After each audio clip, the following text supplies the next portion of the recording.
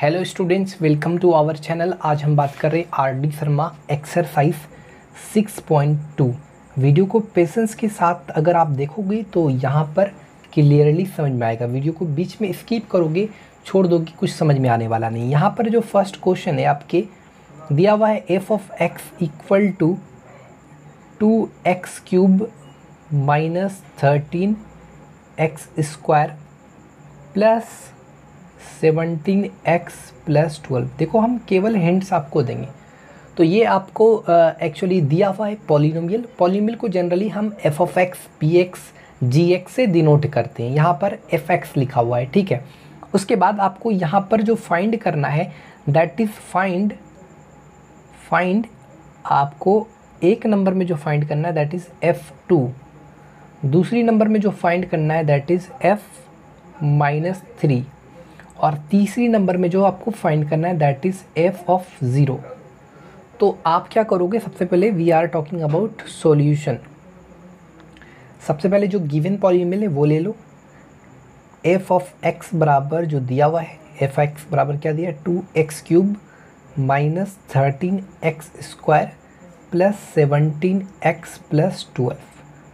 यहाँ पर f2 का मतलब है कि ये जो पॉलिनोमियल है इसका value at x equal to 2 पर, यानी आप f2 का मतलब f2 फाइंड कीजिए, मतलब x के जगह जहाँ जहाँ x है उसको रिप्लेस कीजिए आप 2 में। इसका ये मतलब हुआ। तो x के जगह 2 डालिए। तो यहाँ पर 2 पर पावर क्यूब माइनस 13 और इसका स्क्वायर प्लस 17 इंटू 2 प्लस 12। ये लगभग आप पूरी जब सॉल्व करोगे कंप्लीट तो आपका जो आंसर आएगा वो 10 आएगा। तो इस तरह से f2 निकल गया। बिल्कुल सेम अगर आपको f(-3) निकालना है तो आपको कुछ नहीं करना होगा, इस x के जगह यानी x को रिप्लेस करना है -3 में, तो f(-3) निकल जाएगा। अगर x यहाँ पर f(0) है तो x के जगह आपको x को रिप्लेस कर देना है 0 में, यानी f(0) आप फाइंड कर लेना। क्वेश्चन नंबर 1 आराम से आगे आप सॉल्व कर लेना, ठीक है स्टूडेंट। क्वेश्चन नंबर 2 में कहता है verify whether the indicated numbers are zeros of the polynomial corresponding. सबसे पहले आपको बता दें, जैसे हमारे पास कोई पॉलिनोमियल है, जैसे मान लो कोई पॉलिनोमियल है, जनरली पॉलिनोमियल को हम लोग P x g x F x से डिनोट करते हैं। मान लो 3x प्लस 8 ये कोई पॉलिनोमियल है। अब अगर x इक्वल टू मान लो x इक्वल टू -8/3, अगर इस x का वैल्यू को इस पर पुट करते हैं, यानी ये इस पर पुट कर देते हैं, तो x के जगह अगर इसको रिप्लेस करते हैं तो हम देखते हैं 3 गुना, तो यहाँ पर हम x के जगह क्या पुट कर रहे हैं -8/3 प्लस 8। तो हमने ये एक ऑब्जर्वेशन किया, जब हमने x के जगह x को रिप्लेस यहाँ पर किया -8/3 तो ये पूरा पॉलिनोमियल आपका 0 हो गया। तो इससे ये साबित हुआ कि x जिस पॉइंट पर ये पूरा पॉलिनोमियल 0 हो रहा है वो पॉइंट क्या है, एक्चुअली ये 0 कहलाता है, रूट कहलाता है इस दिए हुए पॉलिनोमियल के। तो हम यहाँ पर कह सकते हैं कि x बराबर -8/3 क्या है, is a root of the given polynomial. एक चीज़ समझ ले, देखो रूट क्यों कह रहे हैं, x बराबर -8/3 रूट क्यों कह रहे हैं, क्योंकि इस पॉइंट पर ये पूरा पॉलिनोमियल क्या हो रहा है 0 हो जा रहा है। तो जिस पॉइंट पर हमारा पूरा पॉलिनोमियल 0 बन जा रहा है वही पॉइंट हमारा उस दिए हुए पॉलिनोमियल का 0 कहलाएगा। इसको रूट बोलो या आप एक और नाम से बोलते हैं 0। अरे बस में तो आपको हम समझाते हैं। मान लो अगर आपके पास कोई भी लीनियर इक्वेशन, ये आपका लीनियर इक्वेशन है, जैसे 2x + 7, ये हमारा p ऑफ x मान लेते हैं बराबर 2x + 7। अगर आपको इसका 0 निकालना है यानी इसका रूट निकालना है तो आपको कुछ नहीं करना, इस px को 0 के समीप कर दो, यानी 2x + 7 को 0 के इक्वल रख दो, तो 2x बराबर -7 हो जाएगा और x इक्वल टू -7/2, यानी x के इस वैल्यू को x बराबर ये जो x का वैल्यू निकला ये क्या कहलाता है, ये 0 कहलाता है, रूट कहलाता है इस पॉलिनोमियल के लिए, इस लीनियर पॉलिनोमियल के लिए। जब इस x का वैल्यू को आप यहाँ पर पुट करोगे तो ये पूरा पॉलिनोमियल 0 बन जाता है। ये पूरा पॉलिनोमियल क्या होता है ज़ीरो बन जाएगा, इसलिए ये x का जो वैल्यू है वो ज़ीरो कहलाता है। क्या कहलाता है? x का ये वैल्यू रूट कहलाता है इस दिए हुए given polynomial given linear polynomial के लिए। यहाँ तक तो क्लियर है, आपको समझ में आया। हम क्वेश्चन नंबर 2 पर बात करते हैं। क्या है क्वेश्चन नंबर 2 पर? कह रहा है कि आप चेक करो कि f ऑफ x बराबर 3x प्लस 1 दिया हुआ है, और आप बताओ क्या x बराबर -1/3 ये रूट है, ये ज़ीरो है ऑफ द गिवन एक्सप्रेशन के लिए, गिवन लीनियर पॉलिनोमियल के लिए। तो हम क्या करेंगे, इस x के वैल्यू को इस एक्सप्रेशन में पुट करके देखेंगे क्या ये ज़ीरो के करीब हो जाता है। जैसे हम पुट करते हैं तो यहाँ पर हमने नोटिस किया, जब हमने x की जगह x को रिप्लेस करते हैं इस नंबर में, इस रेशनल जो नेगेटिव रेशनल नंबर में, उसमें तो यानी नेगेटिव फ्रैक्शन में, तो हम पाते हैं कि -1/3 f ऑफ -1/3 वो ज़ीरो के करीब यानी ज़ीरो हो जाता है। तो इस आधार पर क्योंकि f ऑफ 1/3 बराबर ज़ीरो, सो हम एक चीज़ कह सकते हैं कि x बराबर -1/3 is a root of given f of x। ध्यान रहे, अगर आप वैल्यू पुट करते हैं और ज़ीरो ना होता तो उस कंडीशन पर आप कहते हैं कि x के इस वैल्यू, क्योंकि x के इस वैल्यू को पुट कर x का जब ये वैल्यू को आप पुट किए तो उस कंडीशन पर ज़ीरो नहीं आया, तो उस कंडीशन पर हम कहेंगे कि is not a root of x equal to -1/3 is not a root of given f of x। ठीक है, ये चीज़ ध्यान में रहे। बिल्कुल सेम उसी तरह क्वेश्चन नंबर 2। अब ये भी एक चीज़ ध्यान रहे कि एक चीज़ आपको ध्यान रहना चाहिए कि अगर कोई लीनियर पॉलिनोमियल है, मान लो कोई लीनियर पॉलिनोमियल है, तो उसका जो जीरो निकलेगा, जैसे मेरे पास कोई लीनियर पॉलिनोमियल है 2x प्लस 3, मान लो px बराबर है ना। तो अगर आपको इसको ज़ीरोस निकालना है, इसका ज़ीरो निकालना है, तो आप, यानी ज़ीरो मतलब रूट, देखो ज़ीरो का प्लुरल होता है ज़ीरोस, या इसको रूट्स बोलते हैं। ठीक है, तो अगर आपको इसको ज़ीरो निकालना है तो आपको इसको ज़ीरो के इक्वल कर देना, और 2x बराबर -3 यानी x बराबर -3/2। ध्यान रहे, अगर एक चीज़ ऑब्जर्वेशन कर लीजिए, अगर लीनियर पॉलिनोमियल है तो उसका जो जीरो निकलेगा, उसका जो रूट निकलेगा वो एक ठो निकलेगा। ध्यान रहे, अगर कोई क्वाड्रेटिक पॉलिनोमियल है, देखो लीनियर पॉलिनोमियल क्यों कह रहे हैं, क्योंकि x का हाईएस्ट पावर 1 है। तो अगर आपको कोई क्वाड्रेटिक पॉलिनोमियल है, जैसे x² + 2x + 5 इस तरह का है, कोई क्वाड्रेटिक पॉलिनोमियल है, तो ध्यान रहे एक हाईएस्ट पावर कितना है, वेरिएबल का 2 है, तो इसका जो जीरोस निकलेगा, इसका 2 ज़ीरोस निकलेगा। इसका कितना ज़ीरो निकलेगा? आपका 1 ज़ीरो निकलेगा, 1 ज़ीरो या रूट। अब कोई क्यूबिक पॉलिनोमियल है, यानी x का जो हाईएस्ट पावर अगर 3x³ + 3x² + 2x + 5, तो x का हाईएस्ट पावर 3 है, तो इसका जो क्योंकि ये क्यूबिक पॉलिनोमियल है, तो इसका 3 ज़ीरोस निकलेगा। देखो जीरो का प्लुरल जीरोस होता है। ठीक है, जीरोस या रूट्स सेम थिंग है। ठीक है, यहाँ तक तो क्लियर है।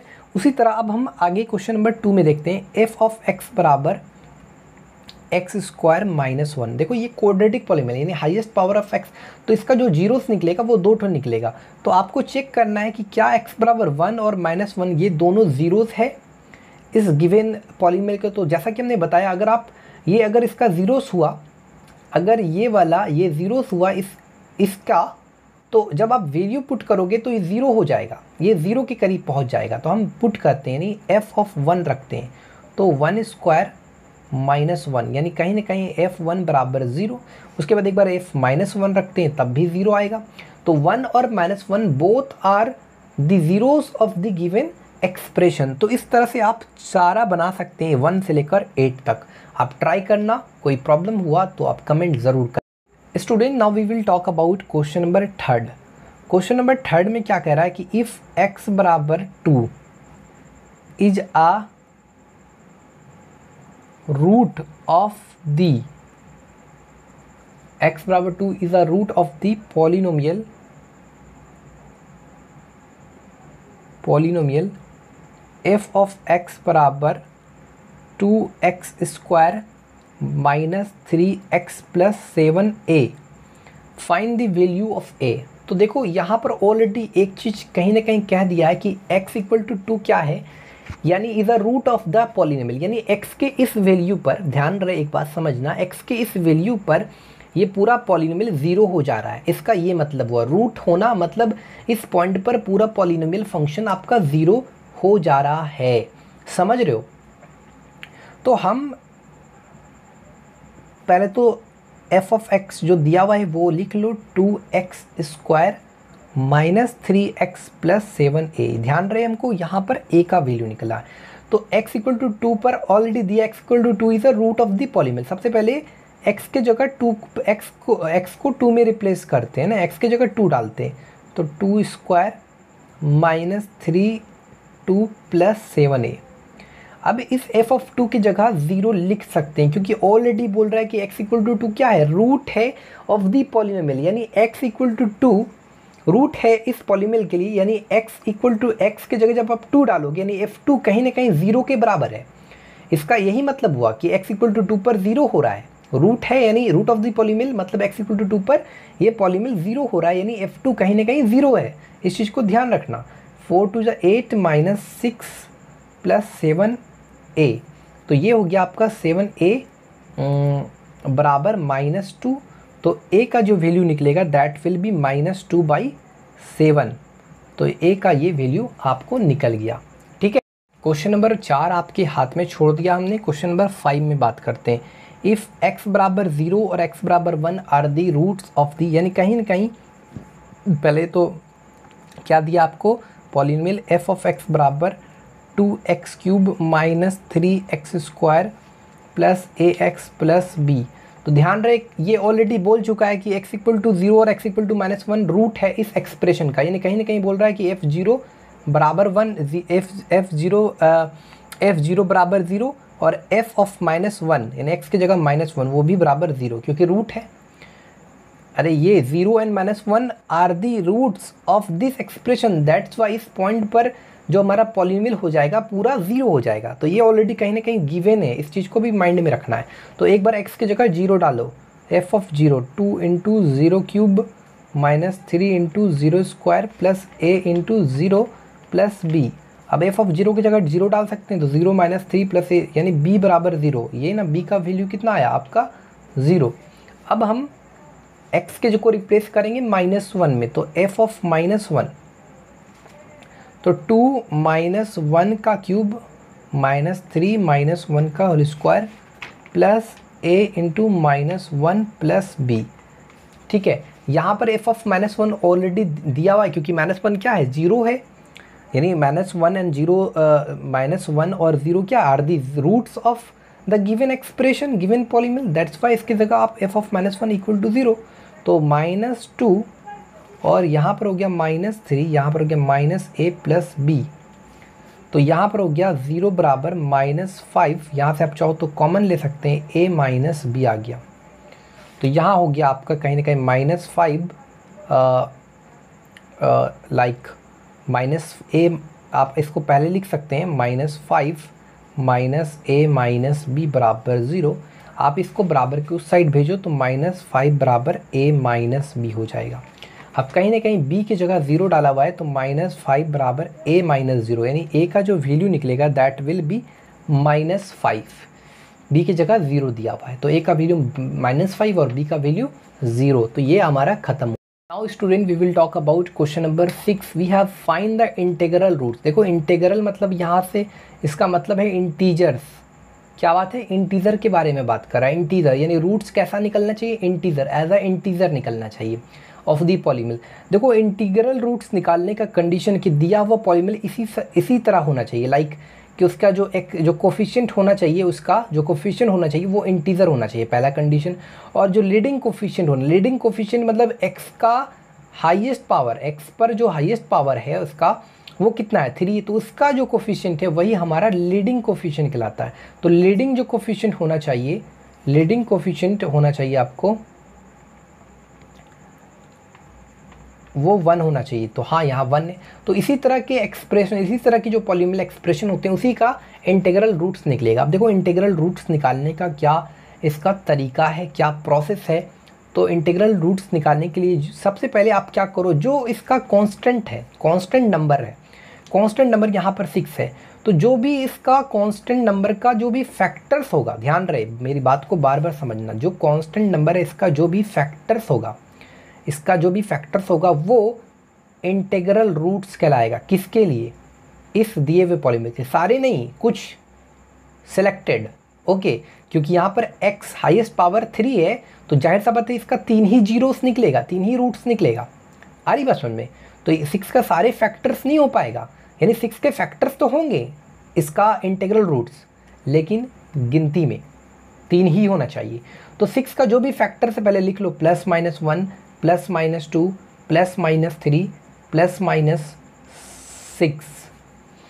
अब हम क्या करेंगे, अब देखो इंटीग्रल रूट्स तभी होगा जब इसकी वैल्यू को पुट करने के बाद ये पूरा पॉलिनोमियल फंक्शन 0 हो जाए। समझ रहे हो? तो हम बारी बारी करके देखते हैं। एक बार हम पुट करते हैं इसमें, ये क्या है हमारा क्वेश्चन, x³ + 6x² प्लस, तो यहाँ पर हम ऐसे देख रहे हैं कि अगर हम 1 पुट करते हैं तो कुछ इसका रिजल्ट 0 तो नहीं आने वाला है। -1 पुट करके देखते हैं, तो -1 पुट करते हैं तो -1 का क्यूब प्लस 6 -1 का स्क्वायर प्लस 11 -1 प्लस 6, तो f ऑफ -1, तो -1 प्लस 6 और ये -11 प्लस 6, यानी कहीं ना कहीं f ऑफ -1 पर ये वैल्यू आपका 0 हो जा रहा है। समझ रहे हो? यानी x इक्वल टू -1 पर ये पूरा एक्सप्रेशन 0 हो जा रहा है, ये पॉलिनोमियल, यानी x equal to -1 is a root of this expression of this polynomial. तो अभी तो एक रूट निकला है, 3 रूट निकालना है। अब हम और देखते हैं, यहाँ पर बहुत सारा है।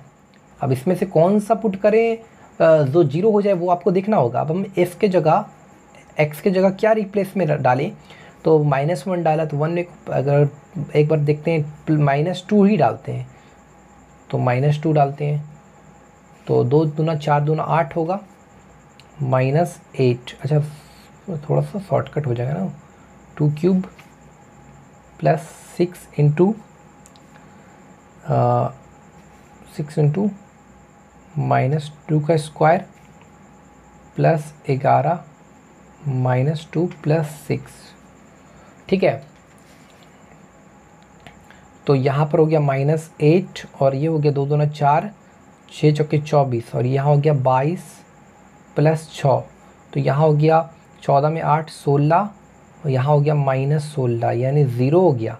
यानी x इक्वल टू -1 और -2, यानी इसका जो इंटीग्रल रूट्स निकला वो 2 अभी निकला है, -1 और -2, क्योंकि इसी पॉइंट पर तो 0 हो रहा है। अब हमारा चेक करते हैं, -1 पे चेक किया, -2 पे, अब हम -3 पे चेक करते हैं, तो -3 पर चेक करते हैं, तो x के जगह -3 डालेंगे, तो -3 का क्यूब प्लस 6 -3 का स्क्वायर प्लस 11 -3 प्लस 6। ध्यान रहे जब आप इसको कंप्लीट सॉल्व करोगे ना, तो f ऑफ -3 जो निकलेगा वो भी 0 निकलेगा, यानी जो इसका इंटीग्रल रूट्स निकलेगा वो क्या क्या होगा, -1 -2 और -3। तो क्वेश्चन नंबर ये 6 is complete. Student, we will talk about the last question, find rational roots of the polynomial f of x बराबर दिया हुआ है 2x³ plus x² minus 7x minus 6। तो रेशनल रूट समझते हैं, यानी जो फ्रैक्शन में हो, यानी उसका रूट्स जो निकलना चाहिए वो फ्रैक्शन में होना चाहिए। तो ये आपका पॉलिनोमियल दिया हुआ है 2x³ plus x² minus 7x minus 6। ठीक है, ध्यान रहे एक चीज़, आप एक चीज़ अच्छा से ध्यान दो। आप क्या करो, ऐसे तो आप थ्योरम भी इसको अच्छा से स्टडी कर लेना। आप एक जनरल ले लो, मान लो जो भी फॉर्म में आए, इसका जो रेशनल रूट्स आए, अब रेशनल नंबर है तो जाहिर सा बात है फ्रैक्शन में होगा। तो ये मान लो b/c, इसको रूट मान ले रहे हैं कि हाँ भाई जो भी आया वो b/c रूट, मतलब b/c के फॉर्म में आएगा, रेशनल के फॉर्म में आएगा। अब देखो यहाँ पर हम b क्या है वो बता रहे हैं और यहाँ पर c क्या है वो बता रहे हैं। b जो है यहाँ पर फैक्टर है, किसका? Factor of constant number, constant का। और ये क्या है? सी क्या है? सी इज़, आप बोल सकते हैं सी इज़ अ कोफिशिएंट। ये क्या है? कोफिशिएंट है किसका? ऑफ लीडिंग, मतलब सी इज़ अ लीडिंग कोफिशिएंट बोल सकते हैं, है ना। सी इज़ अ लीडिंग कोफिशिएंट, ठीक है। तो यहाँ पर ये चीज़ आगे समझते हैं। तो यहाँ पर एक्चुअली सी क्या है? सी इज़ अ फैक्टर है। C is a factor of leading coefficient, leading coefficient. तो समझ में आया लीडिंग कोफिशिएंट कौन है यहाँ पर? समझ में आ रहा हो? यानी एक्स के जो हाईएस्ट पावर जो है, एक्स का जो हाईएस्ट पावर कितना है, एक्स पर जो हाईएस्ट पावर 3, उसका जो कोफिशिएंट है वही लीडिंग कोफिशिएंट कहला रहा है, उसका फैक्टर्स, और एक कांस्टेंट टर्म का फैक्टर। अब इनका जो फ्रैक्शन है, इनका जो रेशनल है, वही आपका रूट्स निकलेगा इस पॉलिनोमियल के लिए। देखो समझो, यहाँ पर बी क्या ऊपर वाला यानी कांस्टेंट, उसका फैक्टर्स निकालो। तो उसका फैक्टर्स हो सकता है +-1 +-2 +-3 +-6। ठीक है, यहाँ तक तो क्लियर। उसके बाद ये जो लीडिंग कोफिशिएंट है उसका जो फैक्टर्स है, लीडिंग कोफिशिएंट यहाँ पर 2 है तो उसका जो फैक्टर्स है वो निकालो, +-1 +-2। अब ध्यान में इस चीज़ को रखना, जो रूट्स निकलेगा वो रेशनल निकल रहा है, रेशनल। तो अब जो इसमें बहुत सारे रेशनल निकलेगा, लेकिन सारे रेशनल जितने भी रेशनल नंबर है सारे रूट्स नहीं होंगे, कुछ सिलेक्टेड होंगे उसमें से, है ना। ठीक है, तो हम ले लेते हैं +-1 बाई +-1, तो +-1 बाई +-1 होगा, +-1 बाई +-2, तो +-1/2। उसके बाद +-2 बाई +-1 यानी +-2। उसके बाद +-2 बाई +-2 यानी आपका 1 ही आएगा, वही चीज़ आएगा। +-3 बाई +-1 तो +-3 हो गया। उसके बाद आ गया +-3/2 तो +-3/2। उसके बाद 6/1 तो +-6/1 यानी 6/1 मतलब 6। अब +-6/2 यानी 2 3 6, तो 3 तो ऑलरेडी लिख चुके हैं, +-3। अब इसमें से जितने भी आपका जो रेशनल फॉर्म में है, ये सारे इसके रूट्स नहीं होंगे इस एक्सप्रेशन के, इसमें से भी कुछ सिलेक्टेड होंगे। अब आपको देखना है इसमें थे, तो आप क्या करो, एक बार यहाँ पर x की जगह रख कर देखो, आप सब रख के देखना। तो जिस पॉइंट पर आप सब रख कर देखना, ठीक है, जिस पॉइंट पर ये पॉलीनोमियल 0 आ जाए, जैसे f2 रखना, और भी देखना, जिस पॉइंट पर जो पॉइंट पर ये पॉलीनोमियल आपका 0 आ जा रहा है, तो वो पॉइंट क्या कहलाएगा? आपका रेशनल रूट्स कहलाएगा। किसका? दिए हुए एक्सप्रेशन का, दिए हुए पॉलीनोमियल के लिए। आ रही प्रश्न में? तो सारा रख के देखना आप, ठीक है। तो इस आधार पर ये एक्सरसाइज हमारा खत्म हो गया। वीडियो अच्छी लगी तो चैनल को सब्सक्राइब कर लेना, बेल आइकन को प्रेस कर लेना, ताकि आने वाला वीडियो का अपडेट आप तक जल्द पहुंच सके। Thanks for watching this video.